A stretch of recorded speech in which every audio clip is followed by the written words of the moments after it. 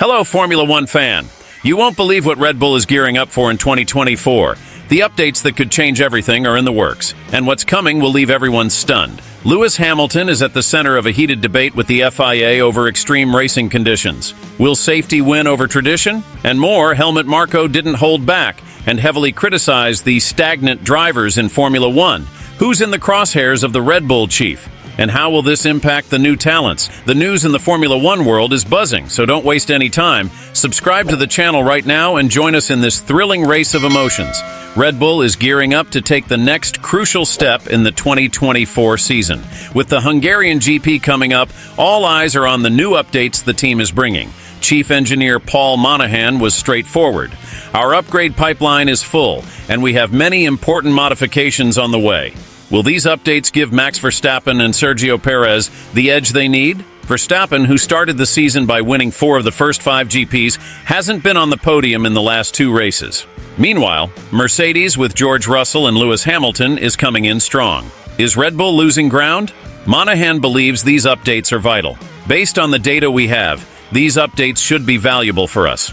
But the real test will be on Sunday afternoon, right? So folks, the big question is, will these updates make the difference Red Bull needs to stay ahead? Will they be able to take a step forward while the other teams are catching up? The answer is on the tracks, and I can't wait to see it. Let's shift gears and talk about the controversy involving Lewis Hamilton and the FIA.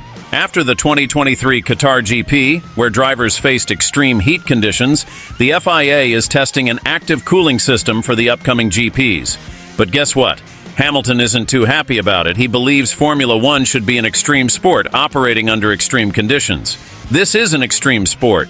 We are very well paid for what we do. When I'm not feeling great at the end of a race, I need to train more, he said. Is Hamilton right in his stance, or is the FIA correct in prioritizing driver safety?